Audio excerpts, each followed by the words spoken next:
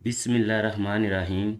Dear students, आज हम discuss करेंगे sentence and its types. Sentence एक बेसिक टॉपिक है इंग्लिश के स्टूडेंट्स के लिए। अगर आपको सिंटेंस की समझ नहीं आती तो आपको पैसिव वॉइस और डायरेक्ट इनडायरेक्ट समझना बड़े मुश्किल होते हैं। तो ये एक बेसिक टॉपिक है, हम बेसिक टॉपिक से स्टार्ट कर रहे हैं। सिंटेंस क्या होता है, इसकी कौन कौन सी टाइप्स हैं। तो इसकी दो किस्म की टाइप्स हैं, ये तो एक बात समझ लें। एक स्ट्रक्चर वाइज और एक फंक्शनल वाइज।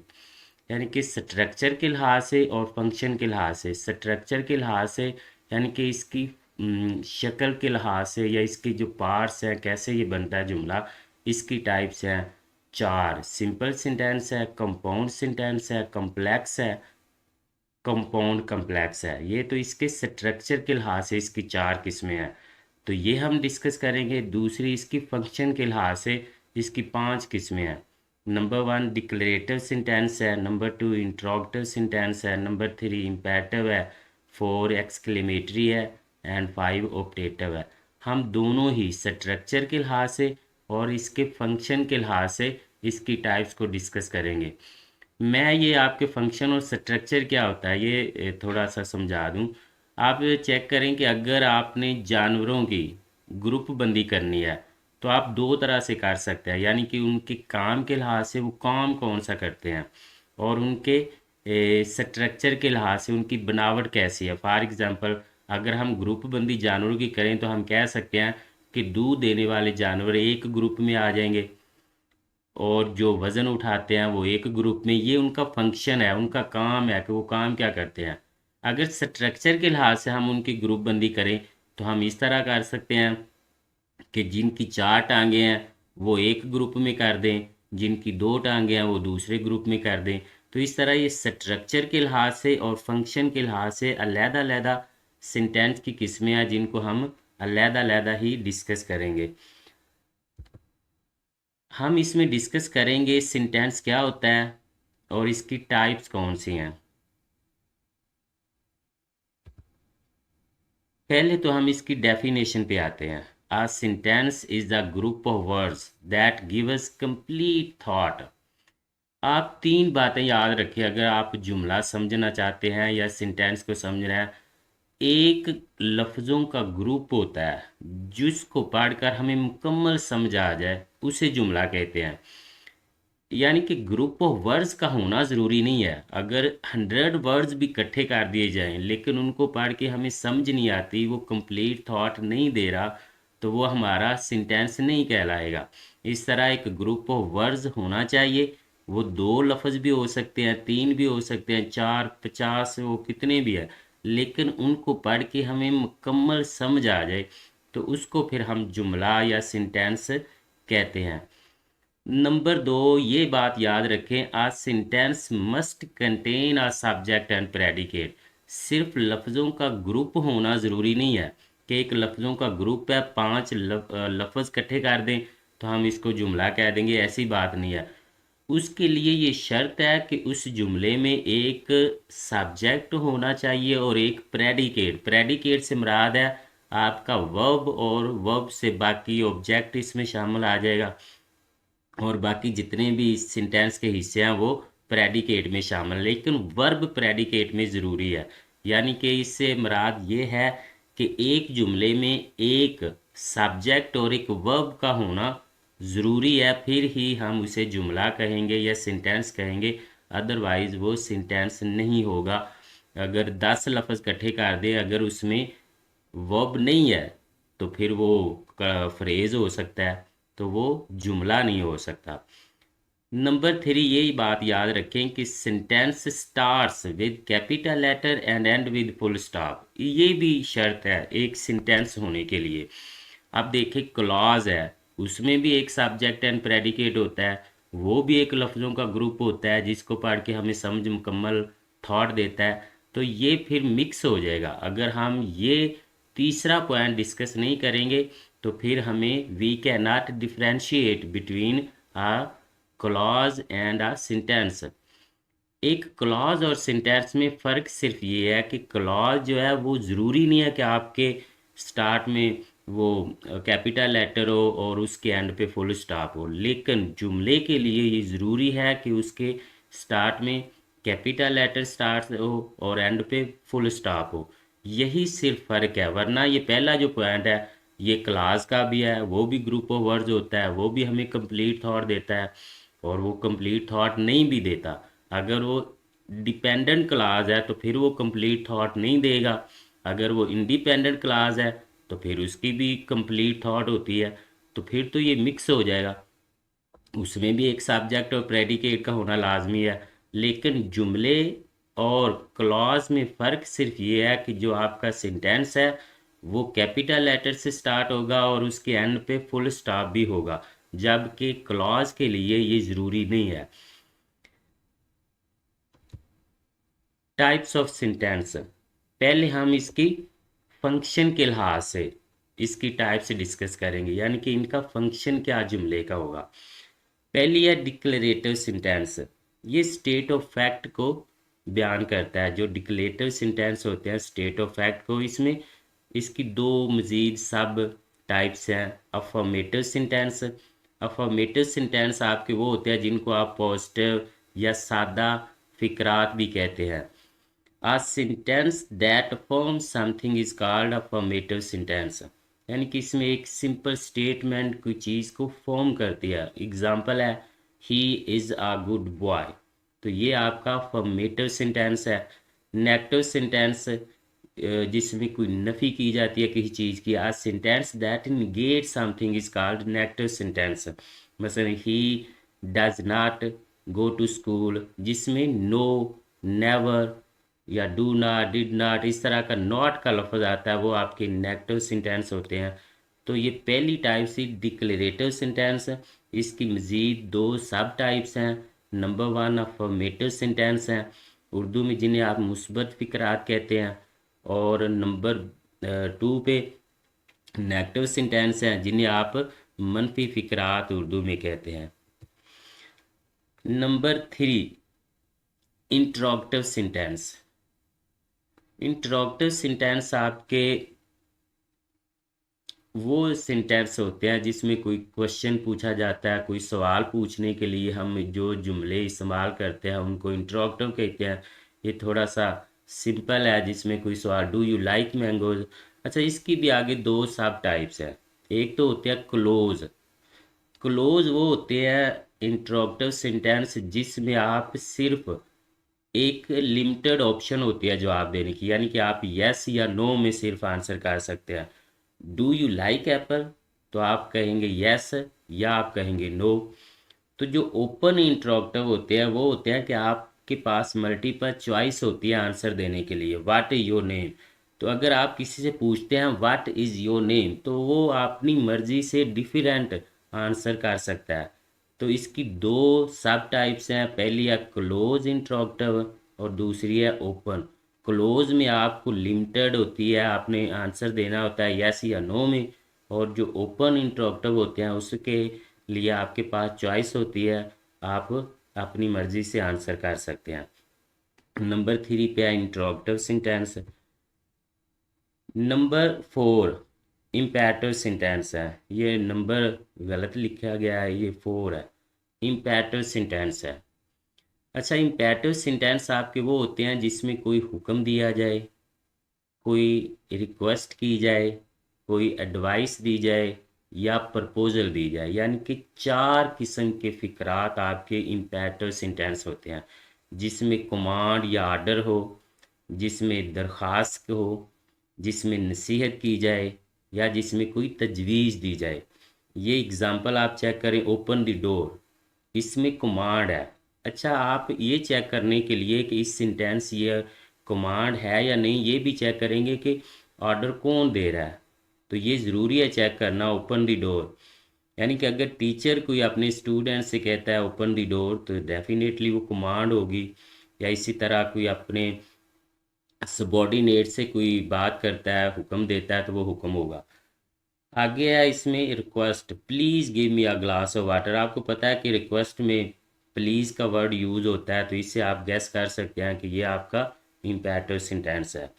और एडवाइस है, एडवाइस ये किसी चीज़ से आप किसी को मना भी कर सकते हैं, और कोई अच्छी बात करने की उसे नसीहत भी कर सकते हैं। ऑलवेज स्पीक ट्रूथ, तो ये एडवाइस है। इस तरह सजेशन है, let us go for walk, तो जो सजेशन है ये आपका लेट अस वर्ड यूज होता है। इससे आपको अंदाज़ा हो जाएगा कि ये आपका इम्पेरेटिव सेंटेंस है। इम्पेरेटिव सेंटेंस में 4 किस्म के जुमले शामिल हैं। कमांड, जिसमें हुक्म या आर्डर हो। रिक्वेस्ट, जिसमें दरख्वास्त की जाए। रिक्वेस्ट एडवाइस, जिसमें नसीहत की जाए। और प्रपोजल, जिसमें कोई तजवीज़ दी जाए। ये 4 किस्म के जो सेंटेंसेस हैं ये इम्पेरेटिव सेंटेंसेस में आते हैं। नंबर बेसिकली ये 5 होना था, लेकिन 4 लिखा गया। Exclamatory sentence. एक्सक्लेमेटरी सेंटेंस जो होते हैं, are sentence that expresses sudden feelings and emotions of joy and sorrow is called exclamatory sentence. ऐसे जुमले जिसमें कोई इमोशन बयान किया जाए, वो सॉरो का हो, हैप्पीनेस का हो, खुशी का हो, तो ये याद रखें कि इसमें एक्सक्लेमेटरी मार्क लाजमी यूज होता है। एग्जाम्पल हैं, we have loss, we have lost the match, तो इसमें hurrah, we have won the match. तो इस तरह के अगर खुशी और गमी के जज्बात जिन फिक्रात में बयान किए जाते हैं, इनको हम एक्सक्लेमेटरी सेंटेंसेस कहते हैं। Number 5, optative sentence. ये हमारी लास्ट टाइप्स है फंक्शन के लिहाज से। ऑप्टेटिव सेंटेंस वो होते हैं जिसमें कोई दुआ दी जाए या बद्दुआ दी जाए। A sentence that expresses curse and pray is called optative sentence. Example है, may you live long, may you go to hell। यानी कि ऐसे फिक्रात जिसमें कोई दुआ दी जाए या बद्दुआ दी जाए, वो फिक्रात ऑप्टेटिव सेंटेंस कहलाते हैं। नेक्स्ट हमारी है फॉर्म के लिहाज से इसकी टाइप्स। फॉर्म के लिहाज से मैंने आप लोगों को बताया हुआ है कि ये स्ट्रक्चर हम देखेंगे कि जुमले की बनावट कैसी है, उसके लिहाज से हम इसकी टाइप्स बनाएंगे। पहली है simple sentence. Simple sentence has only one independent clause, यानी कि अगर आपके जुमले में सिर्फ एक ही क्लॉज है तो वो आपका जुमला या सेंटेंस सिंपल होगा। अब डेफिनेटली अगर एक ही क्लॉज है तो वो आपका इंडिपेंडेंट क्लॉज होगा, क्योंकि डिपेंडेंट क्लॉज तो अकेला आ ही नहीं सकता ना, उसको तो ज़रूरत है इंडिपेंडेंट क्लॉज की। तो डिपेंडेंट क्लॉज वो नहीं होगा। अगर एक जुमले में एक ही क्लॉज होगा तो वो डेफिनेटली हमारा इंडिपेंडेंट क्लॉज होगा। यानी कि अगर आपका जुमला एक ही क्लॉज पे मबनी है, उसके अंदर एक ही क्लॉज है, तो वो आपका जुमला सिंपल सेंटेंस कहलाता है। अब एक ही क्लॉज से क्या मुराद है कि एक क्लॉज में हमें पता है कि एक सब्जेक्ट होगा और एक प्रेडिकेट होगा, यानी कि एक सब्जेक्ट होगा और एक ही वर्ब होगी। अगर एक से ज़्यादा सब्जेक्ट, एक से ज़्यादा वर्ब है, तो वो हमारा सिंपल सेंटेंस नहीं होगा। बाद में हम चेक करेंगे अगर एक से ज़्यादा क्लासेज हैं तो वो या तो कंपाउंड होगा या फिर कम्प्लेक्स होगा। लेकिन अगली हम चेक करते हैं कि वो हमारा अगर एक से ज़्यादा क्लॉज आते हैं तो वो या कंपाउंड होगा या कम्प्लेक्स। लेकिन सिंपल सेंटेंस के लिए ये समझ लें कि अगर एक ही क्लॉज है तो वो आपका सिंपल सेंटेंस होगा। एग्जाम्पल चेक कर लें, ही इज़ एन ऑनेस्ट मैन। अब देखिए, ही हमारा सब्जेक्ट है, इज़ एन ऑनेस्ट मैन हमारा प्रेडिकेट है, यानी कि इसके अंदर एक ही सब्जेक्ट है और एक ही प्रेडिकेट है, लिहाजा हमारा ये सेंटेंस सिंपल सेंटेंस है। नंबर 2 पे है कंपाउंड सेंटेंस। कंपाउंड सेंटेंस में याद रख लें कि एक से ज़्यादा क्लॉज होंगे, लेकिन वो तमाम के तमाम इंडिपेंडेंट होंगे। यानी कि अगर 2 क्लॉज हैं, दोनों इंडिपेंडेंट होने चाहिए। अगर 3 है, 4 है, लेकिन तमाम के तमाम इंडिपेंडेंट क्लॉजेज होने चाहिए, फिर आपका वो सेंटेंस कंपाउंड होगा। अगर एक भी डिपेंडेंट क्लॉज उसके अंदर आ जाता है तो फिर वो कम्प्लेक्स हो जाएगा, कंपाउंड नहीं रहेगा। Compound sentence has more than one independent clauses. अगर एक ही इंडिपेंडेंट क्लॉज है तो फिर तो वो हमारा जुमला सिंपल होगा, सिंपल सेंटेंस होगा। अगर एक से ज़्यादा क्लॉज आ जाते हैं तो फिर हम चेक करेंगे कि वो क्लॉजेज इंडिपेंडेंट हैं या उनमें से कोई डिपेंडेंट भी है। अगर एक भी डिपेंडेंट क्लॉज आ जाता है तो वो हमारा जुमला कंपाउंड बन जाएगा, सॉरी कम्प्लेक्स बन जाएगा, कंपाउंड नहीं रहेगा। अगर तमाम के तमाम क्लॉजेज इंडिपेंडेंट हैं तो फिर हमारा जुमला कंपाउंड होगा। It's mean that it has more than one subject and predicate. इसका मतलब यह है कि अगर एक से ज़्यादा क्लासेज हैं तो वो एक से ज़्यादा सब्जेक्ट होंगे, एक से ज़्यादा ही प्रेडिकेट होंगे, तो फिर वो हमारा जुमला कंपाउंड होगा। एग्जाम्पल चेक करें। He is poor, he is a poor but he is an honest man. अब देखिए ही हमारा सब्जेक्ट है, इज़ आ पुअर ये हमारा प्रेडिकेट है, बट कंजंक्शन आ गया इसके बाद, ही हमारा सब्जेक्ट है फिर, और इज़ एन ऑनेस्ट मैन फिर हमारा प्रेडिकेट है। यानी कि इसके अंदर दो सब्जेक्ट हैं और दो ही वर्ब्स हैं, यानी कि दो क्लासेस हैं। लेकिन चेक करें दोनों के दोनों हमारे इंडिपेंडेंट क्लासेस हैं, ही इज़ आ पोर। अब देखिए अगला फिक्रा हम डिलीट भी कर दें तो ही इज़ आ पोर ये हमें कंप्लीट सेंस दे रहा है, लिहाजा ये हमारा इंडिपेंडेंट क्लास है। इसी तरह ही is an honest man but he is an honest man, तो ये भी हमारा इंडिपेंडेंट क्लास है, इसमें दोनों ही इंडिपेंडेंट क्लासेज हैं, इसलिए ये हमारा जुमला कंपाउंड सेंटेंस है। नेक्स्ट हमारे पास है complex sentence. Complex sentence has one independent class and one dependent class. यानी कि अगर हमारे सेंटेंस में एक से ज़्यादा क्लॉजेज है तो फिर हम चेक करेंगे कि वो इंडिपेंडेंट क्लॉजेज है या कि डिपेंडेंट क्लॉजेज है। अगर एक इंडिपेंडेंट क्लॉज है और एक डिपेंडेंट क्लॉज है तो फिर वो हमारा सेंटेंस कॉम्प्लेक्स सेंटेंस होगा। ये एग्जांपल चेक करें। Ali did not come because he is ill. अब देखिए इसमें दो सब्जेक्ट है और दो ही प्रेडिकेट है, लेकिन हमारा जो एक क्लास है अली डिड नॉट कम, अली नहीं आया, ये हमारा इंडिपेंडेंट क्लास है क्योंकि ये कंप्लीट सेंस दे रहा है।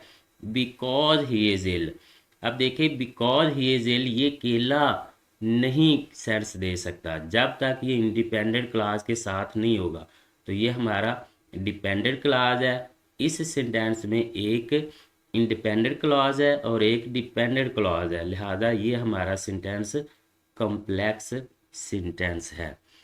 Number 4 compound complex sentence. It has two independent clause and at least one dependent clause.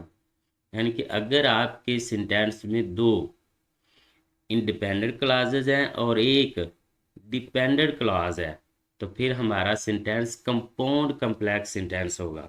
Example, after my graduation. आप चेक करें, आफ्टर माई ग्रेजुएशन ये हमारा डिपेंडेंट क्लॉज है क्योंकि ये केला सेंस नहीं दे रहा, जब तक हम नेक्स्ट क्लॉज नहीं लिखेंगे तो इस केले की नामुकम्मल सेंस है, तो इसलिए ये डिपेंडेंट क्लॉज है। I did not stay at home, अब ये इंडिपेंडेंट क्लॉज है क्योंकि ये केला कंप्लीट थॉट दे रहा है, कंप्लीट सेंस दे रहा है। I did not stay at home but I worked for my family, तो ये भी हमारा इंडिपेंडेंट क्लॉज है, लिहाजा इस सेंटेंस में एक डिपेंडेंट क्लॉज है और दो इंडिपेंडेंट क्लॉजेज हैं, लिहाजा ये हमारा सेंटेंस कंपाउंड कॉम्प्लेक्स सेंटेंस है। ये सेंटेंस की टाइप थी, यानी कि सेंटेंस। अब हम थोड़ा सा रिवाइज इसको पूरे जो डिस्कशन है इसको करते हैं। सेंटेंस की दो किस्म की टाइप्स हैं, एक तो फंक्शन के लिहाज से है और एक स्ट्रक्चर के लिहाज से है। जो फंक्शन के लिहाज से है वो नंबर 1 है डिक्लेरेटिव सेंटेंस, नंबर 2 है इंट्रोगेटिव सेंटेंस, नंबर 3 है इम्पेरेटिव सेंटेंस, 4 है एक्सक्लेमेटरी सेंटेंस एंड 5 है ऑप्टेटिव सेंटेंस। ये तो है इसके फंक्शन के लिहाज से, और स्ट्रक्चर के लिहाज से इसकी 4 टाइप्स है। Simple sentence, compound sentence, complex sentence, compound complex sentence.